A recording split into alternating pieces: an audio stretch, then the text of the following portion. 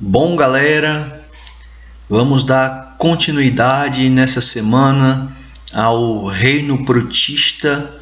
Nós já falamos dos protozoários e hoje eu tirei essa aula para a gente resolver questões sobre protozoários e também sobre as protozooses, ou seja, as doenças provocadas por protozoários, tá certo? E aí, esse é um momento para a gente treinar nessas questões que eu já coloquei para vocês semana passada. Tá? Eu vou comentar aqui as principais, aquelas que exigem um raciocínio maior, tá? E depois a gente discute aí outras questões, tudo bem? Então, eu separei aqui para vocês essa questão de número 3, tá? Questão 3. Essa questão 3, ela é uma questão bastante interessante, porque ela traz aí esse gráfico, tá? Que mostra aí diferentes micro-organismos que desenvolvem numa região de estação de tratamento de esgoto. Então ele fala aqui o seguinte, ó. Os protozoários constituem um grupo de eucariotes, terceira questão aí, constitui um grupo de eucariotos unicelulares e heterótrofos com importantes funções ecológicas, sendo mais conhecidas por causarem doenças em humanos. As protozooses.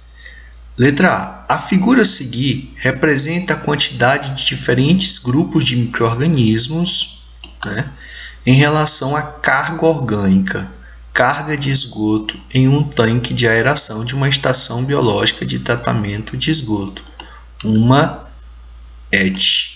Ou seja, nós temos a ETA, que é a estação de tratamento de água, e nós temos uma ET, que é uma estação de tratamento de esgoto. Ou seja, aqui é onde recebe todo o esgotamento sanitário, o esgoto doméstico, o esgoto dos banheiros, ou seja, o esgoto sanitário, ele vai para essas estações de tratamento de esgoto, onde eles são tratados para depois ser eliminados no leito de um rio, tá certo? Então nós temos aí, faz parte também do saneamento básico de uma cidade, tanto a estação de tratamento de água, porque esse objetivo é a água para o consumo, transformar a água de um manancial, de um rio em água potável. Já a ET não é para produzir água potável, é para ela diminuir a contaminação dos resíduos sanitários produzidos por uma cidade, para depois ele ser jogado no rio, no leito de um rio ou córrego.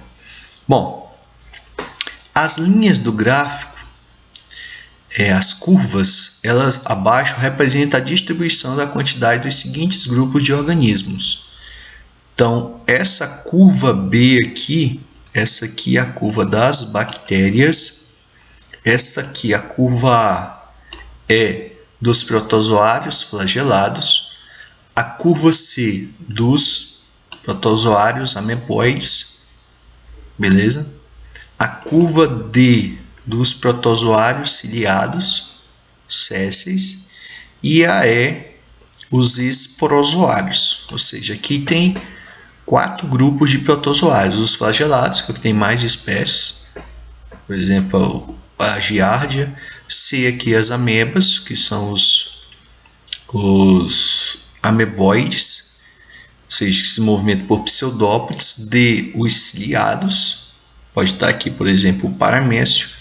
E esporozoários aqui, como por exemplo o Toxoplasma gondii, tá certo? Então, observe o gráfico e responda. Qual é a carga de esgoto no tanque de aeração que favorece os protozoários flagelados? Então, aqui você, nesse tanque que recebe o esgotamento, ele pode ter uma alta carga de matéria orgânica, ou seja, o esgoto está muito concentrado. Ele pode estar numa carga convencional, anormal, ou o esgoto está bastante diluído, ou seja, uma baixa carga. E aqui representa o número relativo de micro-organismos que se desenvolvem nas respectivas cargas, concentração desse esgoto doméstico, beleza? Então ele pergunta qual é a carga do esgoto que favorece os protozoários flagelados. Então você vai olhar aqui a curva, né? A curva dos protozoários flagelados é a A. Então o pico dessa curva é aqui em alta carga, ou seja, os protozoários flagelados em relação aos outros micro-organismos que estão num número de indivíduos bem abaixo aqui, alguns praticamente inexistentes e outros aqui bem abaixo. Então quem se prevalece num esgoto bastante concentrado são os protozoários flagelados. Por que isso? Porque isso está diretamente relacionado com a organela locomotora. O flagelo em relação aos pseudópodes e os cílios, ele é muito mais eficiente no processo de deslocamento desses indivíduos. Então, os flagelados, eles se beneficiam por ter uma organela locomotora melhor para capturar, para caçar presas, tá certo? Eles se favorecem nesse cenário num esgoto mais concentrado. E aí ele faz uma segunda pergunta: qual é a carga de esgoto mais favorável para os protozoários esporozoários? Então a curva dos esporozoários é a E, essa curva aqui, ó. Beleza? E o pico dela é quando está em baixa carga. Beleza? Então essa aqui é a carga. A carga para os protozoários flagelados é alta carga. E para os esporozoários é um esgoto mais diluído. Ora, por quê? Porque os esporozoários, eles não têm organela locomotora. Então, eles dependem do ambiente para se locomover. Eles têm alguns deslizamentos. Então, o esgoto mais diluído tem uma cinética maior. Então, isso faz com que esses organismos que não possuem organela locomotora se beneficiem, tá certo? E aqui você vai direto ao gráfico, uma análise aqui, até de certa forma simples do gráfico. E a explicação aí tem a ver com o tipo de organela locomotora. Na letra B ele pergunta: cite duas doenças causadas por protozoários que poderiam contaminar os funcionários de uma estação de tratamento de esgoto que trabalham diretamente na operação e vistoria do tanque de aeração, e como se daria essa contaminação. Então, olha só, aqui você teria aí as pessoas manipulando, trabalhando em cima desse esgoto, elas poderiam ser contaminadas pela via oral. Um respingo desse esgoto poderia ser ingerido pelos indivíduos. E aí você pegaria organismos protozoários que são transmitidos pela água ou alimentos contaminados, tá certo? Aí com fezes de portadores. Então, você poderia responder aqui na letra B, você poderia responder amebíase, que é um ameboide, um protozoário ameboide. Poderia responder a giardíase, que seria aqui no grupo dos protozoários flagelados.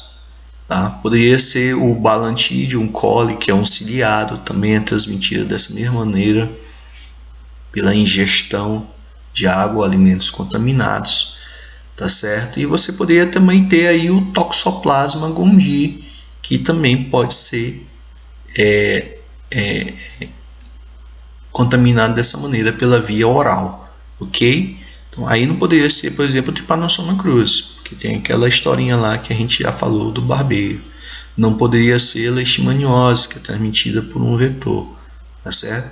Então aí você poderia responder na letra B, amebíase, giardíase. Possivelmente são as formas mais comuns, são doenças mais comuns, mas você poderia também ter a balantidiose ou a toxoplasmose, ok? Bom, essa questão 11, ela é uma questão que traz algumas notícias, né? A notícia é de diversos jornais no mundo. A comunidade científica, que se trata aí de novas alternativas para combater a malária e algumas verminoses, ok? Então, aí está a notícia: criadores de terapias contra a malária e verminoses levam o Nobel de Medicina, isso em 2015. O Campbell, o japonês Omura e uma chinesa, ok? E aí traz aqui algumas informações, por exemplo, o Omura, Satoshi Omura, ele investigou aí bactérias da espécie Streptomyces avermitilis, bactérias que vivem no solo. Essas bactérias até que produzem o chamado geosmin, que é a fragrância que dá aquele cheiro de terra molhada quando está chovendo, ou quando passa uma chuva. E aí ele identificou aí substâncias que poderiam ser utilizadas no tratamento de doenças. Por exemplo, nós temos um antibiótico chamado de streptomicina, que é eficiente para o combate de bactérias gram-negativas, que é extraído de bactérias desse gênero Streptomyces. O Campbell, ele isolou dessas bactérias estudadas por Omura a substância avermectina, que é uma substância muito eficaz contra a oncocercose e elefantíase, que são verminoses. Beleza? A gente vai ainda estudar as verminoses quando estiver dentro de zoologia. E essa vermectina que depois foi chamada de ivermectina. Tá certo? Bom, e a chinesa aqui, ela, Yu Tu, ela estudou aí, é uma bioquímica, estudou a erva Artemisia nua, tá certo? E aí ele tirou dessa substância, extraiu dessa planta uma substância anti-malária, ok? E aí nós estamos falando de protozoose, essa questão possivelmente vai ser sobre malária. Então, o que ele diz aqui? Essas descobertas forneceram à população humana novos e poderosos meios para combater doenças como a malária, conforme estudos de uma das pesquisadoras premiadas Nobel, aqui a Yu Tu. Sobre essa doença tropical, tem-se o seguinte: letra A. O ser humano doente, mesmo com a ingestão da substância aqui artemisina, que é a substância extraída dessa planta artemisia, será considerado hospedeiro definitivo. Na malária não. Na malária o homem ele é hospedeiro intermediário. O hospedeiro definitivo é o mosquito anófeles, o mosquito prego, porque nele é que o plasmódio se reproduz de forma sexuada. Então está errada a letra A. Letra B.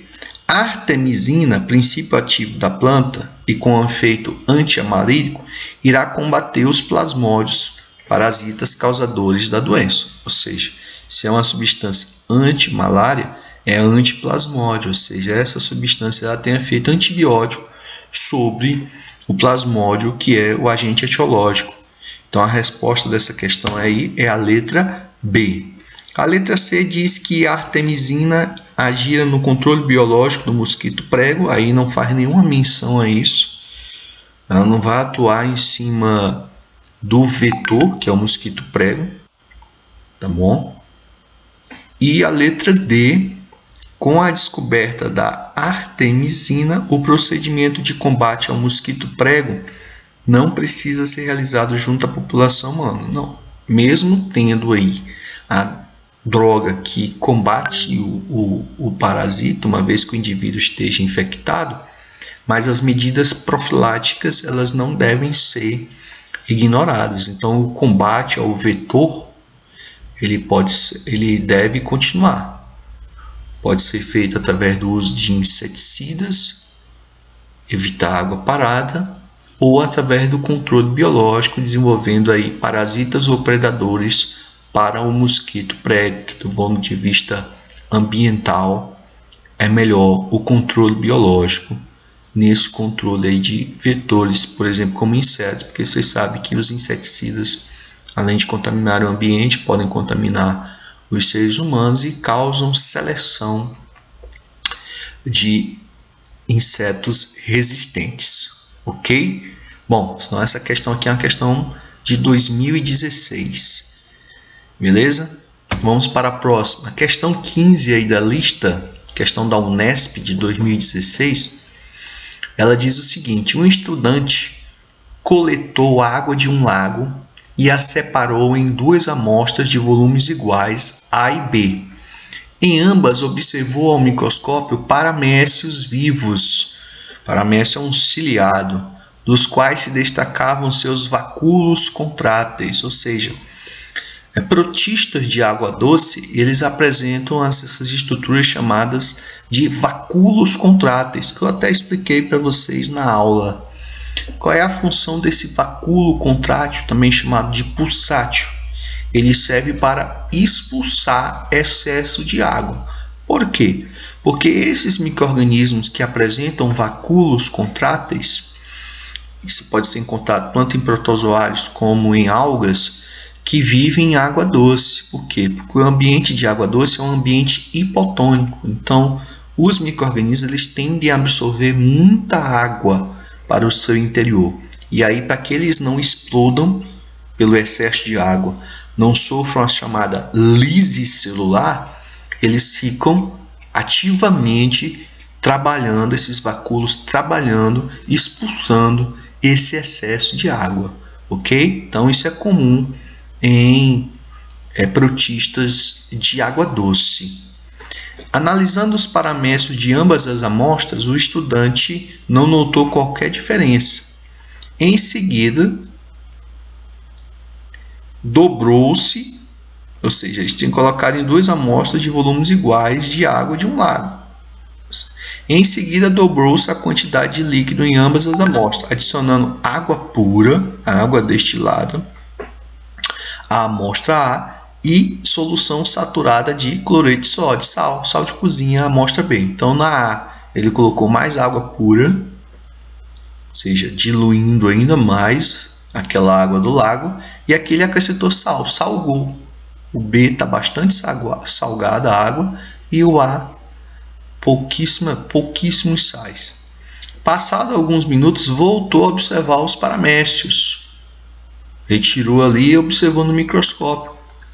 Em termos de volume celular, a atividade dos vacúolos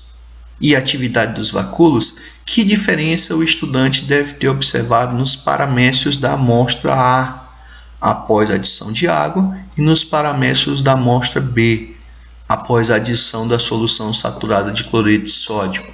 E aí vamos justificar. Se na amostra A foi colocado água pura, o meio se tornou muito mais hipotônico ainda. Ou seja, e aí por osmose, o que é a osmose? Passagem do solvente da água do meio menos para o mais concentrado, ou seja, o interior aqui do paramécio ele é mais salgado do que o ambiente externo, então a água tende a entrar para ele, certo? Então o que ele observou? Que esse paramécio aqui, inicialmente ele começou a inflar, a inchar de água. Só que aí os vacúolos começaram a trabalhar, então ele observou ali os vacúolos pulsando numa velocidade maior para restabelecer o volume do paramécio. Se não fosse os vacúolos, o paramécio espocaria. Beleza? Então, ele percebeu que a atividade dos vacúolos contráteis deste paramécio aumentou naquela amostra A. E na B, que foi jogado sal, o que aconteceu? Quando ele viu o microscópio, os paramécios estavam o quê? Tudo murchinhos. Por quê? Porque eles perderam a água para o ambiente salgado. Dessa vez, o ambiente na amostra B, ele tinha mais sais aqui do lado de fora. Então, a água do interior, aqui do citoplasma do paramécio, por osmose, passou para o meio externo. E aí, o paramécio aqui murchou. E os vacúolos contráteis, ele não viu a atividade deles. Por quê? Porque a função dele é expulsar o excesso de água. Se tem pouca água, eles não vão trabalhar. Tá certo? Então, na amostra A, ele percebeu um aumento do volume dos paramécios e a atividade dos vacúolos aumentando, e depois esse volume voltou ao patamar inicial. E no B, ele percebeu uma retração no paramécio, ele murchou e os vacúolos contráteis não tinham praticamente nenhuma atividade. Então, essa é a resposta e a justificativa da questão 15. Passamos agora para a questão 18. A questão 18 traz o seguinte: os artrópodes apresentados nas imagens de 1 a 4 são os vetores da doença de Chagas, da peste bubônica, da leishmaniose e da febre maculosa, não necessariamente nessa ordem. Beleza? E aqui tem 4 imagens aí de vetores. No cladograma, as letras A, B, C e D representam as relações filogenéticas entre os artrópodes das figuras, não necessariamente nessa mesma ordem que aparece aqui. Então aqui tem um cladograma onde você vai ter que inserir em ordem aqui esses indivíduos nessas respectivas posições, beleza? Então ele pergunta aqui: quais imagens apresentam respectivamente os artrópodes vetores da doença de Chagas, da peste bubônica, da leishmaniose e da febre maculosa? Então, esse primeiro animalzinho aqui, isso aqui é um carrapato estrela, é o transmissor da febre maculosa. Esse aqui é o da febre maculosa, que é bacteriano, nós já falamos dela. Esse animal 2 aqui é uma pulga. Aqui é o vetor de uma doença bacteriana que nós também falamos, que é a peste bubônica. E a imagem 3 é o barbeiro, é o transmissor de uma protozoose chamada de doença de Chagas. E a imagem 4 é um mosquito. Aqui é o mosquito palha, transmissor da leishmaniose, tanto a tegumentar quanto a visceral. Beleza? Então você já respondeu aí. Qual dessas doenças não é transmitida pela picada do respectivo vetor? Então olha só, a peste bubônica é transmitida pela picada do carrapato. A pulga também a peste bubônica é transmitida pela picada da pulga. O carrapato ele transmite a febre maculosa também por uma picada. A 4 é o transmissor da leishmaniose, também é por uma picada. Agora, a doença de Chagas não é por uma picada. Você sabe que é através das fezes do barbeiro, tá certo? É aquele ato de coçar que mistura aí as fezes com o local da picada, e aí ele entra indiretamente pelo local da picada, mas o barbeiro não transmite no ato da picada, pela saliva dele, não. Ele transmite pelas fezes. Então essa segunda resposta da letra A é a doença de Chagas. Beleza? Bom, letra B. Sabendo-se que no cladograma apresentado a letra B corresponde ao artrópode representado na figura 3, então ele quer que você considere aqui, na letra B, é o da figura 3, ou seja, bem aqui é o barbeiro, o B é o barbeiro. As quais números correspondem respectivamente às letras A, C e D? Beleza? Então, e aí ele pergunta também, considerando as classes taxonômicas a quais pertencem as espécies de artrópodes representadas nas imagens, justifique a posição da espécie representada pela letra A nesse cladograma. Então, o A aqui, esses 4 aqui, eles têm um que é de classe diferente. Todos esses aqui, a pulga, o barbeiro e o mosquito, eles são insetos.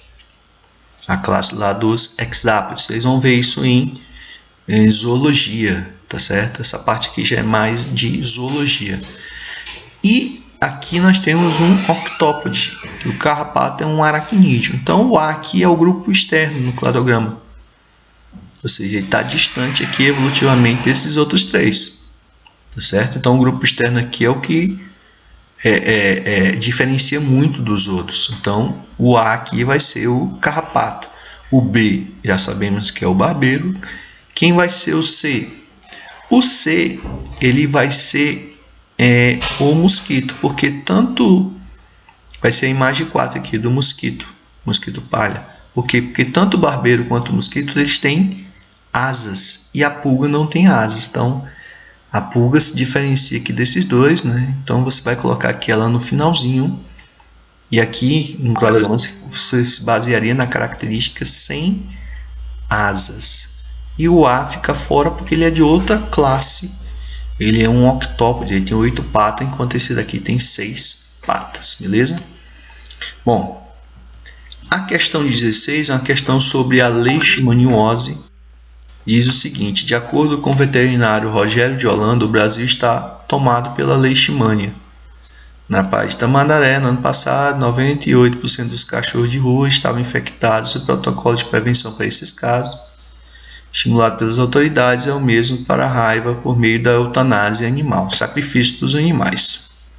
Bom, com relação à leishmaniose, vamos analisar aí os itens.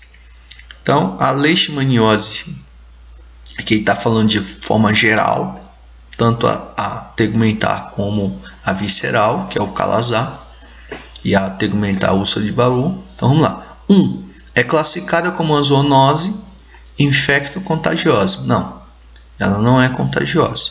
Contagiosa é uma doença que é transmitida de homem para homem, de pessoa para pessoa. Ela é transmitida por um vetor. E ainda diz aqui que ela é transmitida ao homem principalmente por cães e roedores. Não, esses animais eles são reservatórios. Mas quem transmite é o vetor, o mosquito palha, o birigui, do gênero Lutzomia. Então o item 1 está fora. 2. É uma zoonose emergente, fruto das relações humanas com o ambiente, cujo crescimento é decorrente de diversos fatores, entre eles o processo de desmatamento e a urbanização desordenada. Ou seja, à medida que o homem vai desmatando, esses vetores eles entram em convívio com a gente no ambiente urbano. Verdadeiro item 2. 3.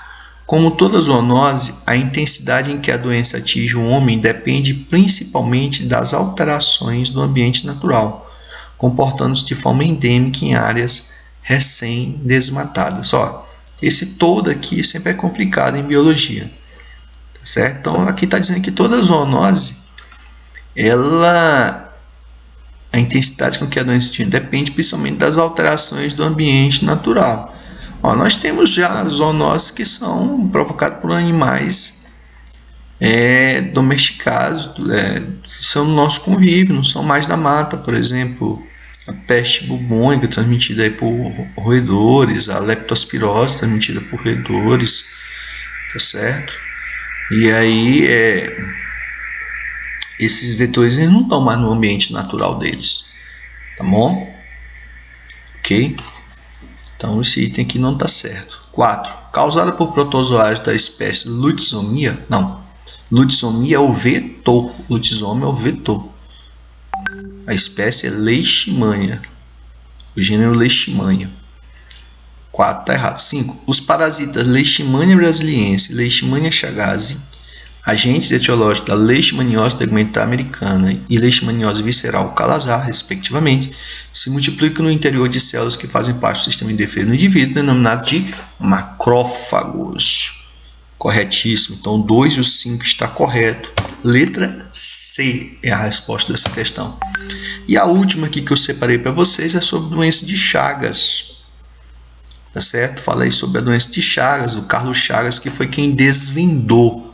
Indo logo para as perguntas, quem desvendou todo o ciclo da doença. Indo logo para as perguntas, a letra A diz: comparando as formas prováveis de transmissão da doença de Chagas atualmente no país, observa-se que 72% dos casos da doença decorreram por transmissão oral.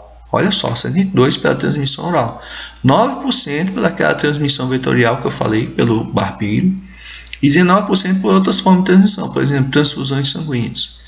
Explique como pode ocorrer transmissão tripanossomicose por via oral e quais são as medidas profiláticas recomendadas para a redução desse tipo de transmissão. Olha, a transmissão ela pode acontecer por via oral, por exemplo, consumo de algumas frutas, por exemplo, o açaí, que vem de palmeiras. As palmeiras elas servem de locais para que a fêmea do barbeiro passe o dia e à noite, né, elas possam ir atrás de animais para sugar o sangue. Então, palmeiras, frutos de palmeiras têm chance de apresentar ali proximidade com o barbeiro. E aí, se esses frutos forem moídos, for feito o suco deles, pode ser que ali você tenha uma concentração muito grande de Trypanosoma naquele suco de açaí, por exemplo. Ou, por exemplo, já aconteceu o caso, por exemplo, na moagem da cana, e aí ocorrer a contaminação via oral. Então, a medida profilática aí seria fazer a limpeza desses alimentos, né? Se possível, esterilizá-los tá? E evitar, por exemplo, nesses locais de moagem, que seja feito todo um controle para que o barbeiro não fique na máquina de moagem, para que não possa ser tudo triturado junto. Letra B. Em 2018, pesquisadores descobriram um composto capaz de impedir que o Trypanosoma cruzi saísse do intestino do inseto vetor.